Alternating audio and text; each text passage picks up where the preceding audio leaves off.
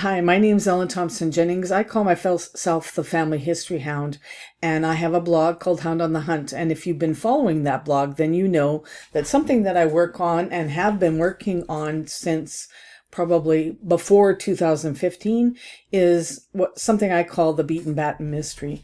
And that is the mystery of my great-grandfather, that he had unknown parentage. He was adopted into the Beaton family, and I then discovered that his sister was adopted into the Batten family, and there was no connection to the two families. So it took DNA to help me figure out who his parents were.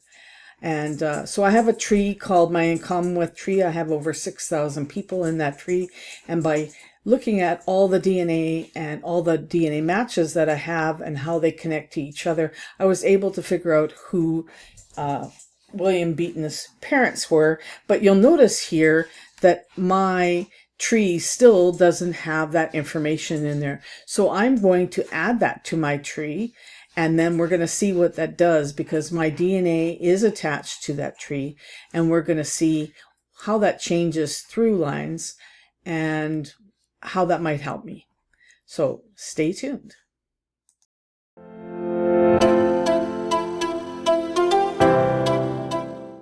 So earlier in this video, I mentioned that I had my DNA attached to my tree. And so I thought I'd share with you also how to do that. So if you go into your Ancestry account and then go to DNA, let me just show you, to DNA right here, and then go to your results summary, you'll see exactly something like this.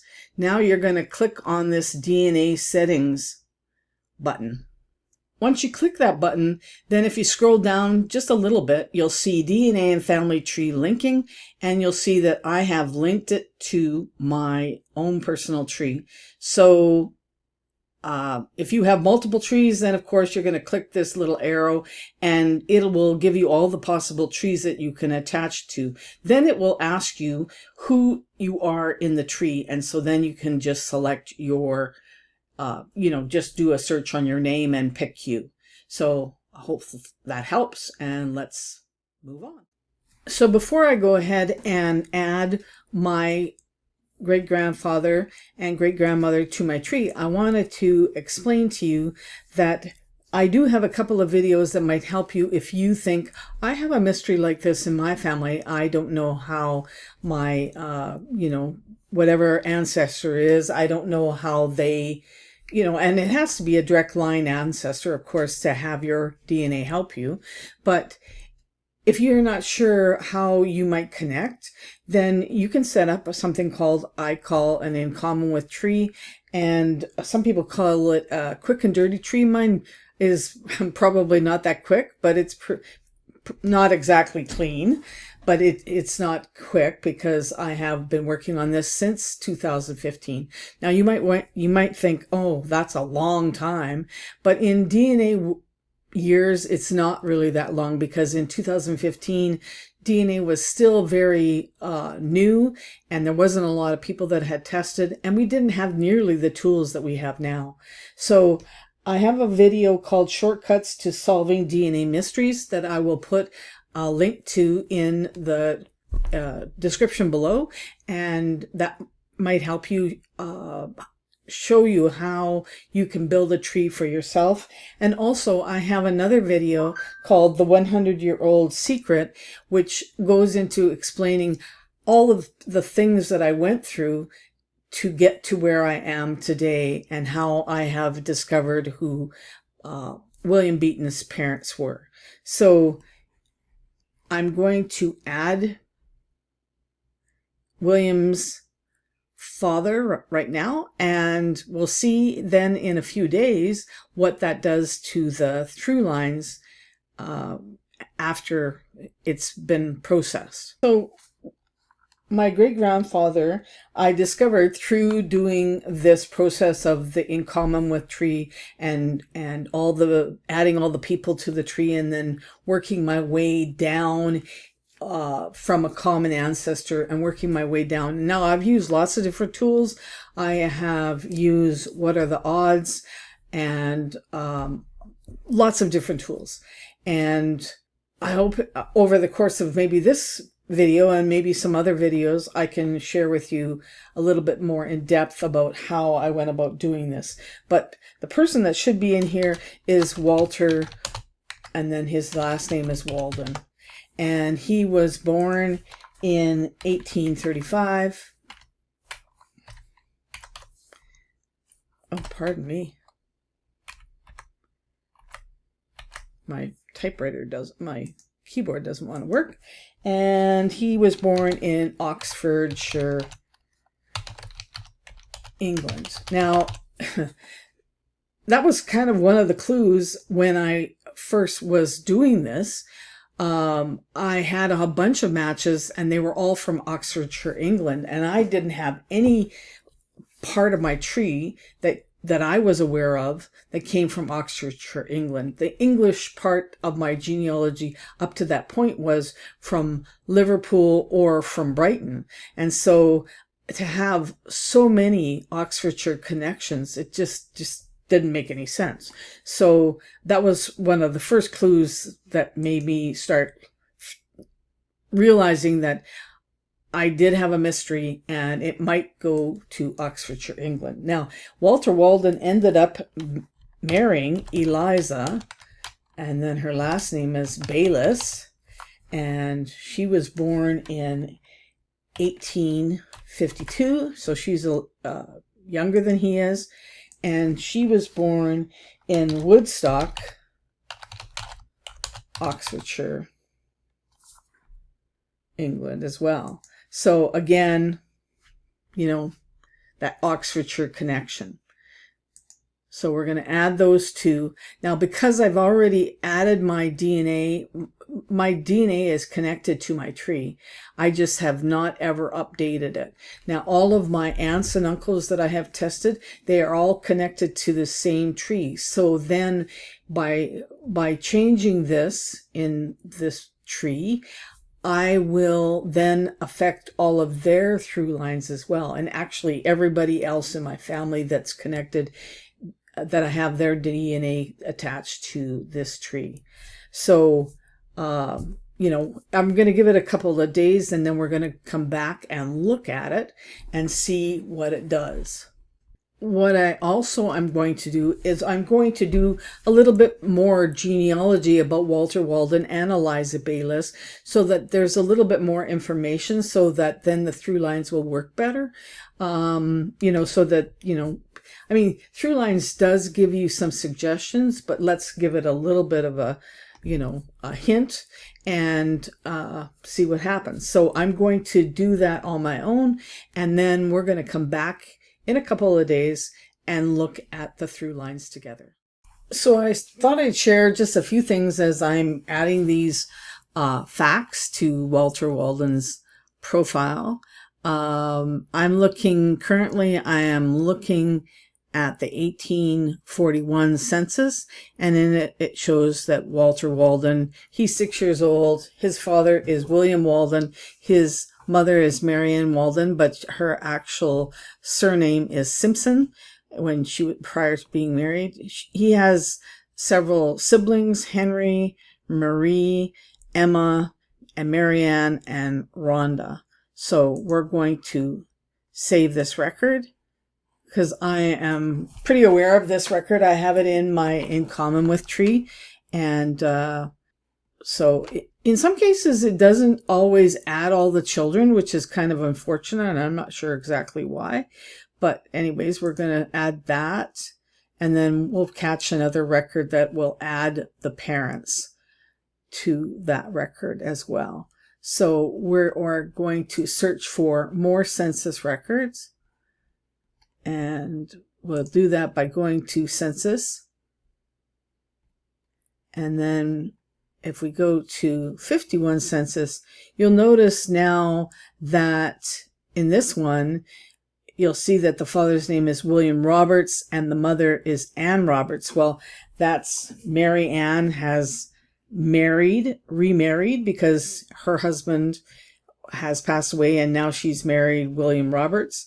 He has some children, and I'm not sure. Benjamin Roberts I can't recall or not, whether that might be a half sibling to Walter.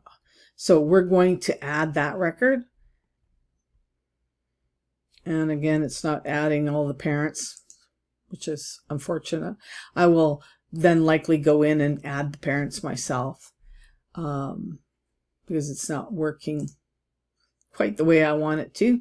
Go and add his mother, which is Mary Ann Simpson. And I know that, and more things will come in. I mean, I know all the details, and like I say, I want to do a good job of the tree, but I also want to make the algorithms work properly. You'll see now that because I've added her, now there's 11 hints about Mary Ann Simpson. And also William Walden probably has more hints too. He has 10 now. So, I mean, those are things that I can add, and that'll add more of the children's. And then that's important because the other children, those will be where my DNA matches are going to come from, because there are going to be descendants of those other children. So, I want to gather that information because it'll just help the through lines a little bit more to work better and not just be a bunch of maybe suggestions. So, and then I will do the same for Eliza, depending on when as I do it. If I think that you'll find something of interest, I will share with you. But otherwise, we're going to come back in a couple days and see how the through lines are working. As I was doing some more work on Walter, I noticed that there was some of the criminal registries were showing up, and I thought I'd just pass along this information.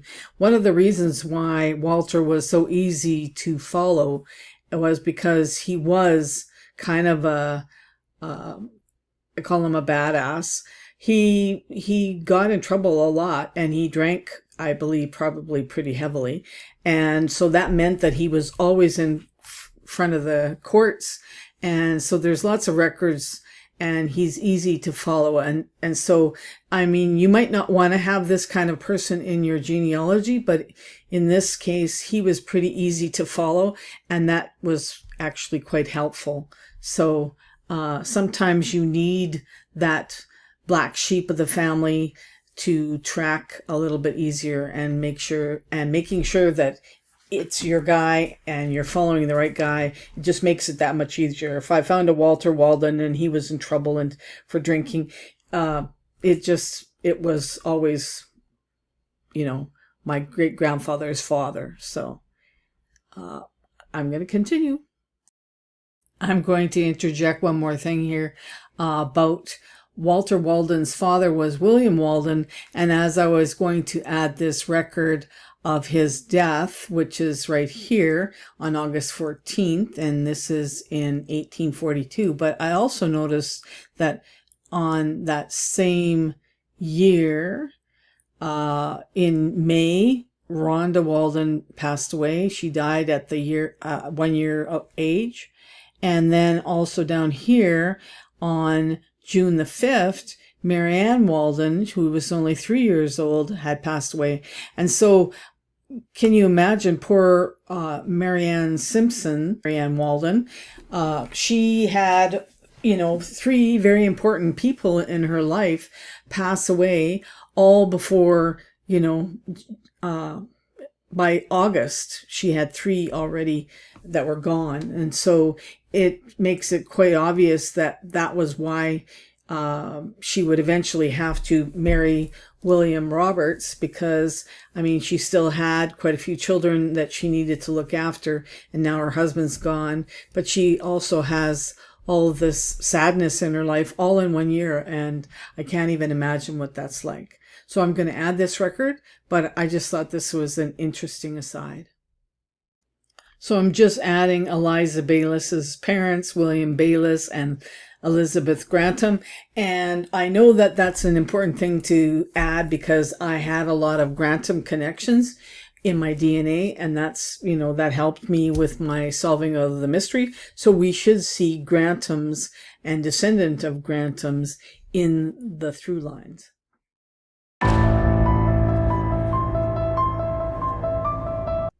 So before we go into the through lines and see what's happening over there, I wanted to share with you something that I found when I was working on Eliza Baylis.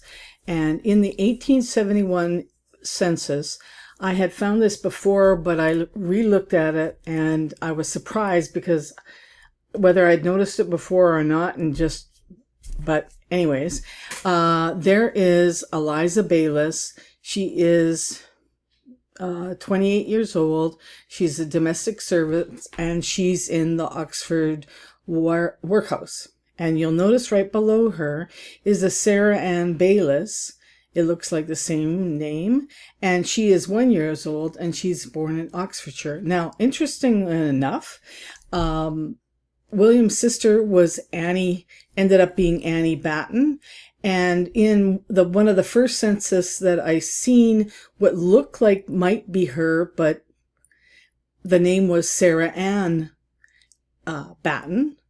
And I was never completely sure whether that was Annie Batten, in an earlier census or not. But if this was the case, if Sarah Ann was born in Oxfordshire and then Eliza got married to Walter, and also, if you watch the other video that I talk about, the 100-year-old secret, you'll know that I always have believed that Annie was not William's or Walter Walden's daughter because of the amount of DNA my family shares with the descendant of Annie Batten, and because she has no Walden, that person that I have tested in the Batten family or that is a descendant of Annie, she has no Walden DNA matches. So I always knew that she likely wasn't Walter's child. So if this was the case, then Sarah Ann makes sense as being Annie later on. So just something that I found interesting, and I know I came across this record before, but that's why sometimes it's good to look at your records that you have with a fresh eye, because let's face it, it's been years since you've seen something, and maybe of course you know more about genealogy, or maybe you just are looking at it with a fresh eye. Maybe you were working late at night and now you suddenly look at this record and you see something that you never saw before. So just thought I'd share with you that before we get into the through lines. 3 days later. So it's been a few days since I connected my great-great-grandfather to my great-great-grandmother to my genealogy tree. That's the tree that I use for my DNA. And so my DNA is already attached to that. But now I've added those 2 times great-grandparents to the tree. And so let's see what it looks like now that I've done that. So if we go to through lines, then we'll see that there's the tree. And I have William Beaton. That's my great-grandfather. And then we have Walter Walden and Eliza Baylis. And there it shows that there's 1 DNA match. So that's, but I already know that Walter and Eliza only had 1 other child, or actually Walter didn't have another child with Eliza, so far as I know. And it's just Eliza has a child that we're connected to, and that's, and I have a descendant of that child, Annie. She's attached to my tree as well. So I mean, I've tested everybody in my family, so we are more than covered with people.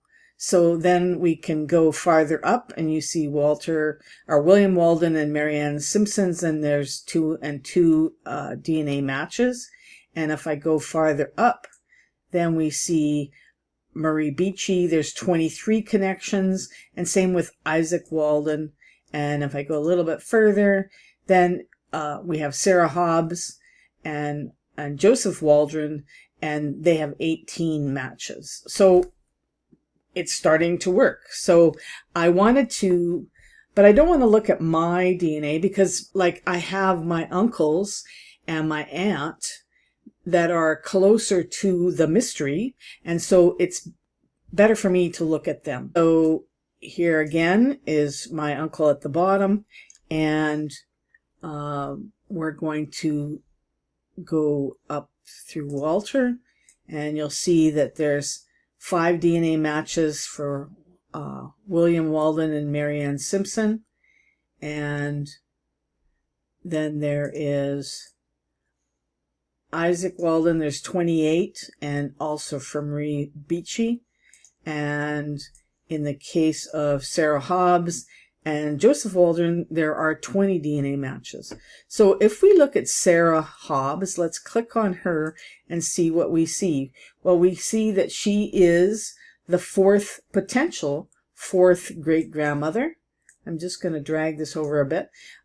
She's the potential fourth great-grandmother, and it's potential because there is that dotted line around it. And so, of course, if you've watched my previous video that I just launched last week, that was an introduction to the new ThruLines. You'll know that it whenever you do this kind of thing and you see those dotted lines, you can't just take it as the gospel. You have to do your own research, because it's evaluating your DNA matches and looking at trees, and not only just your trees, but potentially other trees that are on their system.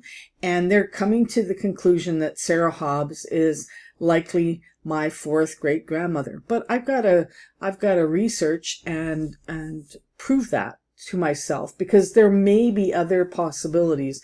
And so you have to be open-minded and look for, that possibility. It says that there are some records that are attached. It says there's ancestry member trees, and there's 20 matches. So we're going to close that, and then we're going to look at those 20 matches that are descended from this same person. So if we expand it, it's pretty amazing, because it gets big really fast. So you can see there are lots of DNA matches at the bottom that all connect to Sarah Hobbs, through Sarah Hobbs, and actually through Isaac Walden. And there was a lot of children that he had that have descendants that have DNA tested. So, I mean, you'd want to go through each one of these and have a closer look. And one of the things that I suggest is that it says that this person, JS, is a potential third cousin once removed. So another video that I have created is, and I'll put it in the notes or in the description below, is a video called Do They Measure Up? And so what I explain there is you can take that DNA amount of centimorgans that you share with them, and then the potential relationship that they're suggesting, and then see if they measure up for that relationship. If you went to, say, DNA Painter. DNA Painter is another website that I really think is a great tool for doing genealogy and DNA research. And so it gives you all the possibilities, and then you can see for yourself whether they do measure up to be that potential relationship. So, and of course, as I said before, you'll want to do the research to make sure that you validate all of these. But I have these, although they look like dotted lines on this tree, it's because I haven't done all the genealogy research that I have done on my In Common With tree. I have done hours and hours of research on my In Common With tree. So if I were to hook my DNA up to my In Common With tree, I would have a lot of not dotted lines. They would be solid lines, and they would be perceived as being more validated. But you still want to do the proper research, because a lot of the times when I've done this in common with research, in common with my other DNA matches and the common ancestor that we appear to have, it's hours and hours of research, but maybe not as in depth as you might do if you were just working on your own personal family tree. I just wanted to get to the point where I could see how they potentially could all match. So I think this gives a lot of possible work to do, but still it makes me feel pretty good about my research, and so many people are connected through these ancestors. So we're going to go to another match now, and then I'm not going to show you my search because you'll see all the names, and I want to keep things a little bit anonymous. You'll notice that I have a blurring tool on my results, so that's why you see all the initials that you see, and that is from my friend from Genealogy.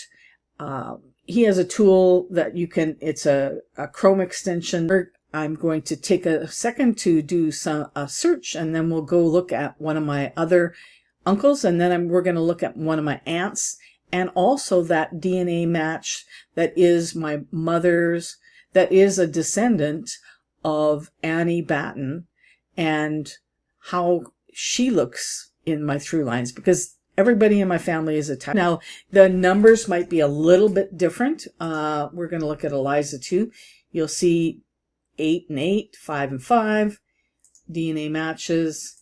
Then as we get further up, now she doesn't have as many, Marianne Simpson, and I didn't show that on my other uncles, but he had more matches. So that just means that they got a little bit different DNA than the other uncle. So, and maybe it just needs a little bit more time, and then we'd see more things. But you'll see that Mary Beachy has 31 people. Isaac Walden has 31. We go farther up. Sarah Hobbs has 28. If we go just over here to the Bayless side, you'll see 9 and 9, and over here 25 and 17. So it looks pretty good. Now maybe there's something, it could also be this reason of Mary Ann Simpson is maybe the parents that I have put in for her might not be accurate. But if I recall, and we can look at my aunts and see how it looks, but because they all have the same, they're all attached to the same tree. Now, maybe my aunts might be a little bit different. So we'll check that in a minute. So here we are at Sarah Hobbs, and if we click on that little triangle and shows the 28 matches, we'll suddenly see that tree expand large, like we saw with my uncles, and all the matches. And I mean, a lot of them will be the same, but there might be potentially some other ones we're not seeing through my other uncles. So, because everybody, as I said, everybody gets a different little bit of DNA. When you get 50% from each of your parents, but after that, it's not exact math. So it's not 25, 25, 25, 25 for your grandparents. It's can be a little bit slightly different. And as you get farther back in time, you may have ancestors or great grandparents that you might not have DNA from, but you might have more DNA from another one. So next, I'm just going to do a quick search for my aunt and see if what we see with her. So here we are at my aunt's, and again, we're going to go up and see what we get. We get 6 and 6, and we get another 6 and 6. We're going to go, well, let's check out that Marianne Simpson and see in her case, in my aunt's case, she does have matches that connect to John Simpson and Elizabeth Harris. And so I'm not exactly sure why one uncle didn't have that, but apparently he doesn't. And so we're going to go to Walter Walden, and we're going to go to Isaac again. And you see here it's 33 and 33. And then we have Sarah Hobbs has 30 and 30. So again, if this time let's, show Joseph Waldron. And again, we're going to have, it expands quite quickly. And we have all these potential matches. Well, they're DNA matches, but this is how they potentially connect to we all connect to the same ancestor, to Joseph Waldron. So, I mean, a lot of work to potentially connect everybody and to see if there are potentially other ways that we might connect, but it's kind of makes you feel good about your research when you realize that it's making sense. So I'm gonna search one other person now. So here we are at the match that is a descendant of Annie Batten, and you will see that we have Annie. There are no zero, it says there are 0 DNA matches that descend from that person, and there are others, but not very many, and I'm not sure why exactly that person's not showing up, but I do know that she does have some matches that are from the combination of Wellington, Davis, and Annie. Not very many though, maybe one. So I'm not sure why it's not showing up, and so it might be just that it still needs more time. So you'll see that Walter Walden and Eliza Bayliss actually don't show anybody either. Now Walter, I believe, is not her Annie's father, and so it actually makes sense that there's 0 as we go up. Now there's 1 at Isaac Walden and Marie Beachy. Now that's interesting because Oxfordshire, England, and that area where a lot of the ancestors come from is a very small village, and so it's very possible that there's interconnection between families. And so even though I don't believe that Walter was her father, there still might be a connection farther back because it might be a connection another way. So that would be something that we'd have to explore. Now, so if we look at Eliza, now I'm positive that Eliza is her mother, and you'll see that you're starting to see DNA matches for William Bayliss and Elizabeth Grantham, and then you'll see as you go farther up in the tree, it's 21 and 14 matches, and if we go a little bit further, we have 15 and 15, and as well as 9 and potentially 9, and under the Bayliss, 7 and 7, and then 5 and 5, and under Rebecca Parker, for her parents, we have 5 and 5. And so it makes sense that, this is how it goes. So if we take Elizabeth Pleasy and open that, expand that a little bit, you'll see that it starts to open up, and it'll show you multiple levels of people that, I need to explore further. But it's, again, still looks like my theory. It seems like it's proving my theory, and I would have to explore this a little bit more. But I hope you found this video helpful. If you have a mystery like this, again, I will put in the notes how you can check if your DNA matches measure up to the relationship you think that they should be. And I hope you enjoyed this video, and if you did, give it a thumbs up. And if you haven't subscribed, please subscribe. I'll be having new videos, and you'll be advised when they launch. So have a great day and happy hunting.